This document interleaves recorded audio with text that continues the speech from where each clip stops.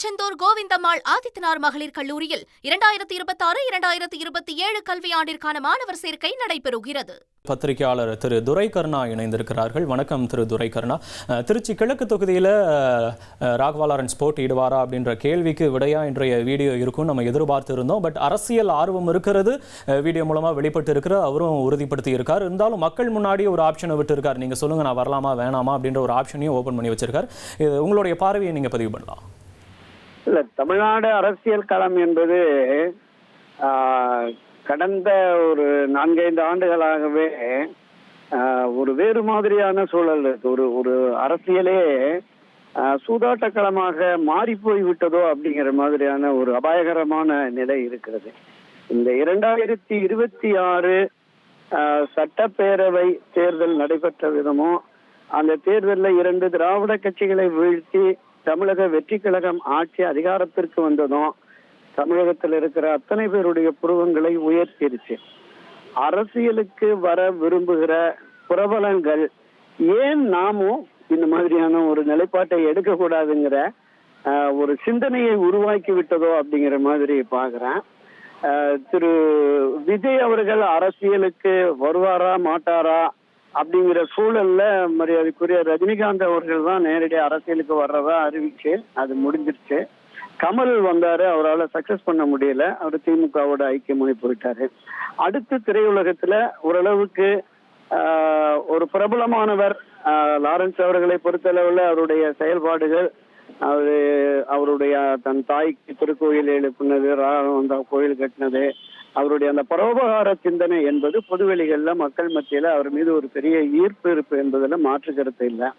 அவர் நேரடி அரசியலுக்கு வர விரும்புகிறாரா அல்லது தாவேகாவில் இணைந்து விஜயோடு பயணிக்க போகிறாரா அப்படிங்கிறது நமக்கு ஒரு முழுமையாக தெரிய வரல. நேரடி அரசியலுக்கு வந்து அவர் ஒரு அரசியல் கட்சியை தொடங்கி இன்றைய சூழல்ல வெற்றி பெற முடியுமானா அது மிகப்பெரிய கேள்விக்குறியாகத்தான் இருக்கிறது. ஏன்னா திரு அண்ணாமலை அவர்கள் வந்து திடீர்னு நான் ஒரு புதிய இயக்கத்தை தொடங்கி இருக்கேன்னு சொல்லி இன்னைக்கு ஒரு 17-18 லட்சம் பேர் அதுல போய் இணைஞ்சிருக்காங்க அப்படின்னு. இன்றைய இளைஞர்கள், இந்த வாக்கு அளிக்கக்கூடிய 18 வயதிற்கு மேற்பட்ட இளைஞர்களின் போக்கு என்பது மாற்றத்தை விரும்புகிறது அப்படிங்கிறது நல்லாவே தெரிகிறது. யாரெல்லாம் மாற்றத்தை கொண்டு வருவேன் என்று வருகிறார்களோ அவர்களுக்கு ஆதரவளிப்போம் என்கிற சிந்தனையும் இருக்கிறது. இந்த மாற்றத்தை லாரன்ஸும் நான் கொண்டு வருவேன் அப்படிங்கிற மாதிரி ஒரு உறுதி கொடுத்து அவருக்கு ஆதரவு நிலைப்பாடு எந்த அளவுக்கு வருகிறது என்பது ஒரு மிகப்பெரிய சந்தேகமா தான் இருக்கிறது. அரசியல் களம் என்பது முன்பெல்லாம் காமராஜர் காலத்திலும் சரி, அதை தொடர்ந்து பேரறிஞர் அண்ணா, கலைஞர் கருணாநிதி, புரட்சி தலைவர் எம்ஜிஆர், செல்வி ஜெயலலிதா காலத்தினுடைய அரசியல் என்பது கீழே அடிமட்டத்திலிருந்து வரும். 1949 இயக்கத்தை தொடங்கி 18 ஆண்டுகள் போராடி பேரறிஞர் அண்ணா அவர்கள் தன்னுடைய எழுத்தாலும் சிந்தனையாலும் பேச்சாலும் பல தளபதிகளை உருவாக்கி ஒரு கூட்டணி அமைத்து தான் ஆட்சி அதிகாரத்திற்கு வந்தாரு. அதை தொடர்ந்து புரட்சி தலைவர் எம்ஜிஆர் அவர்களும் 1972 கட்சி தொடங்கி 77 தான் மக்கள் ஆதரவோடு ஆட்சிக்கு வருகிறார்.